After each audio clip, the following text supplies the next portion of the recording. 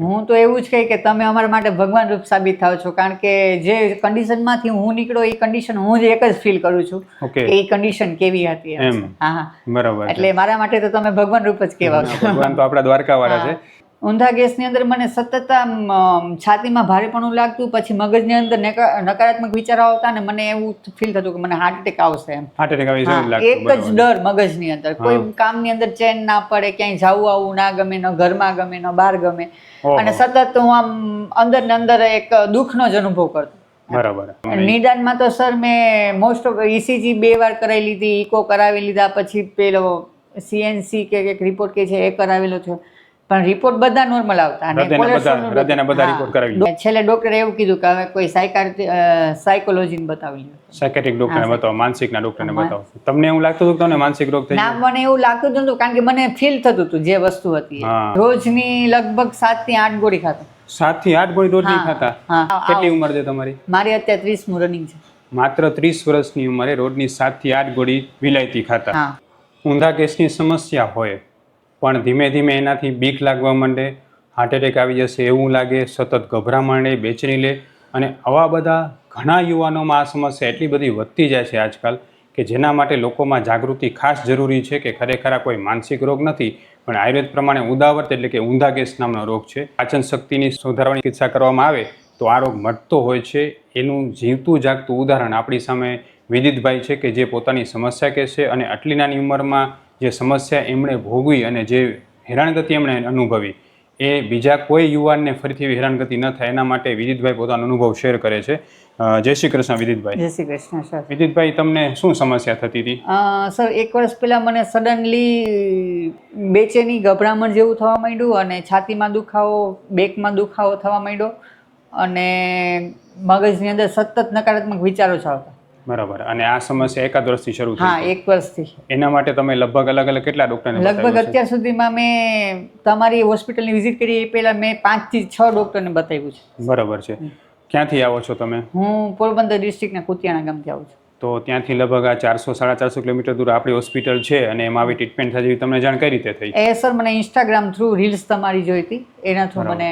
તો જેમ સોશિયલ મીડિયામાં વિડીયોમાં જેમ પેશન્ટને સારું થતું હતું, એમને ઊંધા ગેસમાં સારું લાગતું હતું, એવું જ તમને સારું લાગ્યું? હા સર. અહીંયા હોસ્પિટલમાં તમે આવ્યા તો તમારું જે નિદાન થયું, તમારી દવાઓ થઈ, તમારી પંચકર્મ સારવાર થઈ, આ બધા જ તમને 100% સંતોષ છે? 100%. બરાબર છે.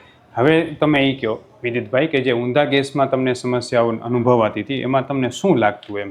ઊંધા ગેસની અંદર મને સતત આમ છાતીમાં ભારેપણું લાગતું, પછી મગજની અંદર નકારાત્મક વિચારો આવતા, ને મને એવું ફીલ થતું કે મને હાર્ટ એટેક આવશે એમ. હાર્ટ એટેક આવી જેવું લાગતું. એક જ ડર મગજની અંદર, કોઈ કામની અંદર ચેન ના પડે, ક્યાંય જવું આવવું ના ગમે, ન ઘરમાં ગમે, ન બહાર ગમે, અને સતત હું આમ અંદર ને અંદર એક દુઃખનો જ અનુભવ કરતો.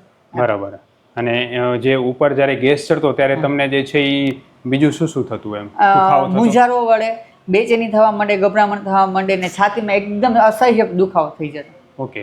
પછી તમે કોઈ સાથે બોલવું ન ગમે, ફેમિલીમાં વાતચીત? ફેમિલીમાં બારે ક્યાંય મન જ ના લાગે કોઈની જોડે, કોઈ કામ કરવામાં મન લાગે, ને કોઈની જોડે આવવા જવામાં બોલવામાં કઈ રસ ના લાગે. પછી બહાર ટ્રાવેલિંગમાં કેમ જવું હોય તો ક્યાંય નહીં, આમ ઘરની બહાર જ ના નીકળતો છે. ઓહો.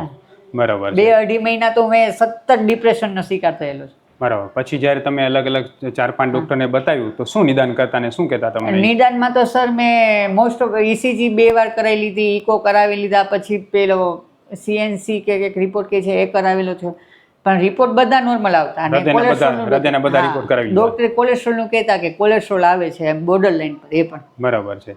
અને પછી ડોક્ટરે તમને છેલ્લે એમ કીધું કે થોડાક માનસિક ડોક્ટરને મળો? લાસ્ટમાં કોલેસ્ટ્રોલનો રિપોર્ટ એ નોર્મલ આવી ગયો આજથી 3 મહિના પહેલા, અને છેલ્લે ડોક્ટરે એવું કીધું કે હવે કોઈ સાયકોલોજીને બતાવી લો, સાયકેટ્રિક ડોક્ટરને બતાવો, માનસિકના ડોક્ટરને બતાવો. તમને એવું લાગતું હતું કે તમને માનસિક રોગ થઈ? ના, મને એવું લાગતું જ નતું, કારણ કે મને ફીલ થતું હતું જે વસ્તુ હતી એમ. મગજમાં હું લેતો નહોતો, પણ મને અંદરથી જ એવું ફીલ થતું હતું કે મને સમથિંગ કંઈક રોગ છે. બરાબર. પછી તમે આપણે અહીંયા આવ્યા અને આપણે જે મેડિસિન્સ કરાવી, બરાબર છે, તો એ તમે આપણે 2 મહિના ટ્રીટમેન્ટ ચાલી અત્યારે, તમારી પંચકર્મ સારવાર પણ થઈ. હવે હાલ તમને શું અનુભવે છે ને પહેલા કરતા શું ફરક પડે? અત્યારે સર હું કહું તો મને 70 થી 75% રાહત થઈ ગઈ છે 2 મહિનાની દવામાં, અને અત્યારે મારું કામમાં મન લાગવા માંડ્યું છે, મારું બિહેવિયર ટોટલી જેટલું પહેલા હતું એવું થઈ ગયું છે અત્યારે. ફેમિલી જોડે બધા જોડે આમ મારું હળી મળીને અને પેલા તો સતત ઝઘડો જ થાય તો એમ હા એટલે શું કે મને કોઈ બોલાવી જ ના શકે એમ એટલું બધો ગુસ્સો એવું બધો ગુસ્સો આવતો બરાબર છે એમ ને અત્યારે મારું આખું ટોટલી વર્તન બધું આખું ચેન્જ થઈ ગયું છે અત્યારે ફેમિલી ખુશ ને તમે ફેમિલી ખુશ ને હું ખુશ બરાબર છે અને જ્યારે તમે અહીંયા આવતા તો એના પહેલા તમને એલોપેથિકમાં કોઈ એસિડિટી ટીકડી ગેસની ટીકડી રોજ લેવી પડતી? સર રોજ લેવી પડતી. કેટલી ગોળી રોજની ખાતા? રોજની લગભગ 7 થી 8 ગોળી ખાતા. 7 થી 8 ગોળી રોજની ખાતા? હા. તો લગભગ તમે દવાઓમાં ને રિપોર્ટ્સમાં ને બધામાં કેટલો ખર્ચો કરી નાખ્યો? નહીં તો 40 થી 50 હજાર. 40-50 હજારનો ખર્ચો કરી નાખ્યો એક વર્ષમાં. અને રોજની 7-8 ગોળી ખાતા આ ઉંમરે? કેટલી ઉંમર છે તમારી? મારી અત્યારે 30 રનિંગ છે. માત્ર 30 વર્ષની ઉંમરે રોજની 7 થી 8 ગોળી વિલાયતી ખાતા. બરોબર. એ ગોળી કાંઈ ન ખાવ તો શું થતું? એટલે ન ખાવ તો પછી એઝ ઇટ ઇઝ જે પ્રોબ્લેમ હતી એ ચાલુ થઈ જતી. નોર્મલી તીખું શાક હોય નોર્મલી તીખું એ બી મારથી ન ખવાય. ઓહો એટલી ગરમ હા એટલી ગરમ પડતી. બરાબર છે. તો અત્યારે આપણી દવા શરૂ કરી એ ગોળીઓ કેટલા દિવસમાં બંધ થઈ ગઈ? એ ગોળીઓ તો મેં 15 દિવસની અંદર જ બંધ કરી દીધી બધી. છેલ્લે કોલેસ્ટ્રોલની ચાલુ સર કોલેસ્ટ્રોલની છેલ્લે રિપોર્ટ નોર્મલ આવી ગયો એટલે બંધ કરી નાખી. એટલે દવાઓ બધી બંધ થઈ ગઈ. 7-8 ગોળી જે ખાતા હતા નહીં અત્યારે એક પણ દવા ચાલુ નથી. માત્ર આપણી દવા ચાલુ છે. બરાબર જે આપણે અને પછી તમે અહીંયા આવ્યા ને તમે જે પંચકર્મ સારવાર કરાવી એમાં તમને કેવો અનુભવ થયો? પંચકર્મમાં મને જે અંદર પેટમાં જે વર્ષો જૂનો કબજિયાતની જે પ્રોબ્લેમ હતી એ બધી જ સોલ્વ થઈ ગઈ છે અત્યારે. બરાબર. અને શરીરમાં સ્ફૂર્તિ લાગતી? બહુ જ છે. આરામથી ટ્રીટમેન્ટ તમે કરાવી શક્યા? કોઈ નબળાઈ થાક કેવું લાગતું? કોઈ પણ પ્રકારનો થાક નહીં, કોઈ પ્રકારની નબળાઈ નહીં. એટલે હવે ખરેખર જે છે એ વિદિતભાઈનો કેસ હું તમારી સામે એટલે કહેવા માંગુ છું કે યુવાનોમાં આવા કેસીસ ઘણા બધા વધતા જાય છે. વિચારવાયુ થઈ જાય, લોકો એને એમ કે તમને ડિપ્રેશન છે, કોકને કે એન્ઝાયટી છે, તમને માનસિક ડૉક્ટરને બતાવો. પણ ખરેખર આ ઉદાવરતાનો રોગ છે હું તમને પહેલાં બધા જ વિડીયોમાં કહી ચૂક્યો છું. હજી પણ એ જ કહું છું કે ખાસ યુવાનોને સાવચેત રહેવાની જરૂર છે. 7-8 8 ગોળી એટલી નાની ઉંમરે તમે ખાશો તો વિચારો કે આગળ જતાં શરીરમાં શું સાઈડ ઇફેક્ટ આવી શકે કે શું પરેશાની થઈ શકે. એની જગ્યાએ નેચરલી આયુર્વેદ સારવારથી પાચનને સુધારો અને આ રોગને જડમૂળથી દૂર કરો. જેમ કે વિદિતભાઈને આપણે કોઈ જ માનસિક દવા નથી આપી, માત્ર ને માત્ર આયુર્વેદની પાચનની દવાઓ આપી છે. અત્યારે વિદિતભાઈ તમારી સામે છે. હું ડૉક્ટર વિશાલ પંડ્યા એક MD આયુર્વેદ ડૉક્ટર છું. મેં મારો 10 વર્ષ સુધીનો MD આયુર્વેદનો અભ્યાસ જામનગરની વિશ્વ પ્રસિદ્ધ આયુર્વેદ કોલેજમાંથી કરેલો છે. 2011થી એટલે કે છેલ્લા 13 વર્ષથી હું ગાંધીધામ કચ્છ ખાતે NABH માન્યતા પ્રાપ્ત પંચકર્મ આયુર્વેદ હોસ્પિટલ ચલાવું છું. અમે લોકોએ આયુર્વેદ સારવારથી હજારો દર્દીને સાજા કર્યા છે. તેના વિડીયો રિવ્યૂ અમારા આ જ ફેસબુક, ઇન્સ્ટાગ્રામ કે યુટ્યુબ ચેનલ ઉપર છે. જે જરૂર જોવા અને જાણો કે કેવા જૂના રોગો કેટલા ઝડપથી સાજા થયા છે. અમે 2 રીતે સારવાર કરતા હોઈએ છીએ. સૌથી પહેલાં તો કચ્છ કે એની આસપાસના દર્દીઓએ હોસ્પિટલમાં રૂબરૂ બતાવવા માટે આવવું અને બીજું કચ્છથી દૂર રહેતા દર્દીઓ માટે ઘર બેઠા ઓનલાઈન દવા પણ મંગાવી શકે છે. વધુ માહિતી માટે નીચેના નંબર ઉપર હાય લખીને વોટ્સએપ કરો એટલે તમને ફીસ કેટલી છે, કોર્સ કેટલો કરવો પડશે વગેરે માહિતી વોટ્સએપમાં મોકલી આપશું. પંચકર્મ સારવાર પણ તમે કોઈ જગ્યાએ કરાવો છો નિષ્ણાત ડૉક્ટરના માર્ગદર્શન હેઠળ જ પંચકર્મ સારવાર કરાવવી જરૂરી છે. કારણ કે આપણે જ્યાં પંચકર્મ સારવાર કરાવીએ છીએ એ સારવારથી જે છે એ વ્યક્તિની સ્ફૂર્તિમાં વધારો થાય છે અને રોગ ઝડપથી દૂર થાય છે. એટલે તમે કોઈ પણ જગ્યાએ પંચકર્મ સારવાર કરાવો તો ખાસ એ ડૉક્ટરને પૂછો કે આનાથી મને કેટલું ઝડપથી રોગ દૂર થશે. બીજું એ પૂછો કે મને કોઈ નબળાઈ, થાક કે બેચેની નહીં લાગે ને.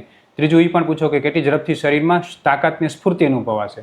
જેમ કે વિદિતભાઈ તમે પંચકર્મ દર વખતે કરતા તો તમને કેટલો રોજનું રોજ આમ સ્ફૂર્તિ અનુભવાતી? રોજની રોજ. બરાબર ને? કોઈ દિવસ થાક કે નબળાઈ ના લાગતી? જ્યારથી દવા ચાલુ છે એ પછી થાક શું છે મને ખબર નથી. પહેલા તો બહુ થાકી થાક એટલે આમ ઊભું થવાનું મન ના થાય એમ. ને હવે? અત્યારે તો હું જે કામ કરતો એનાથી થોડુંક વધારે કામ કરીને બતાવું છું. એટલે તમારી વર્ક કેપેસિટી પણ વધી પહેલા. Work capacity. અને ખાસ વિદિતભાઈ તમે બીજી કોઈ પણ જગ્યાએ દવા લીધી છે તમને ગરમ પડતી, બરાબર? ગરમ પડતીમાં શું થતું તમને? ત્યારે મને પેશાબની અંદર બળતરા થતી ને રસીનું પ્રમાણ બહુ વધી ગયું. બરાબર છે. હવે આપણી દવા ક્યારે ગરમ પડી એવી? ના સર. બરાબર. એટલે હું તમને એ પણ કહેવા માંગુ છું કે તમે કોઈ પણ જગ્યાએ આયુર્વેદ સારવાર લેતા હો, જો એ સારવાર તમને ગરમ પડે છે તો તાત્કાલિક એ દવા બંધ કરો. પછી તમે ભલે કોઈ પણ જગ્યાએ લેતા હો, તમે કોઈ ડૉક્ટર પાસે લેતા હો, કોઈ મેડિકલ સ્ટોરમાંથી લેતા હો, તમે હાથે કોઈ દવા બનાવી લેતા હો, ઓનલાઈન લેતા હો, કોઈ પણ રીતે આયુર્વેદ દવા જો તમને ગરમ પડી છે તો એનો મતલબ એ થયો કે તમારું નિદાન સાચું નથી થયું. આયુર્વેદ સારવાર જો સાચું નિદાન થાય તો કોઈને ગરમ પડતી હોતી નથી. એટલે ગુજરાતમાં કોઈ પણ વ્યક્તિ એવું માનતો કે આયુર્વેદ દવા માફક નથી આવતી, એમ દવા ગરમ પડે છે, તો તમે અમારો સંપર્ક કરી શકો છો. અમે ઓનલાઈન ઓફલાઈન બંને રીતે દવા કરતા હોઈએ છીએ અને અમારી દવા કોઈને ગરમ પડતી હોતી નથી. વિદિતભાઈ, તમારા જેવા ઘણા બધા યુવાનો એવા છે કે જેના માટે તમે એક આદર્શ વ્યક્તિ કહેવાઓ કે જે આ રોગમાંથી બહાર આવી ગયા. તો એવા વ્યક્તિને તમે શું કહેશો કે ખરેખર આ પ્રોબ્લેમમાં તમે શું અનુભવ્યું ને હવે આપણી હોસ્પિટલ સારવારથી તમને શું ફેરફાર? હું તો એવું જ કહી કે તમે અમારા માટે ભગવાન રૂપ સાબિત થાવ છો, કારણ કે જે કન્ડિશનમાંથી હું નીકળ્યો એ કન્ડિશન હું જ એક જ ફીલ કરું છું કે એ કન્ડિશન કેવી હતી. હા, બરાબર. એટલે મારા માટે તો તમે ભગવાન રૂપ જ કહેવાય છો. ભગવાન તો આપણા દ્વારકાવાળા છે. પણ તમે એ કહો કે તમે કેમ તમારા શરીરમાં પાચનમાં કેવો સુધારો જોયો તમે એમ દવા શરૂ કર્યા કે જે તમે મારી પાસે લખ્યું તમને ગળામાં સૂકાપણ લાગતું, ગભરામણ લાગતી, છાતી દુખતી, પગના તળિયામાં દુખાવો રહેતો, પગની પિંડીમાં દુખાવો, બળતરા રહેતી, બીક અતિશય લાગતી, દુખાવા શરીરમાં સતત થયા રાખતા, તો એ બધામાં તમને હવે શું અનુભવ? અત્યારે તો મોસ્ટ ઓફ પેઇન વયા ગયા છે કે અત્યારે કહું તો કે એકેય પ્રકારનું પેન હવે છે જ નહીં બોડીની અંદર. ગભરામણ થઈ જાય એકવાર?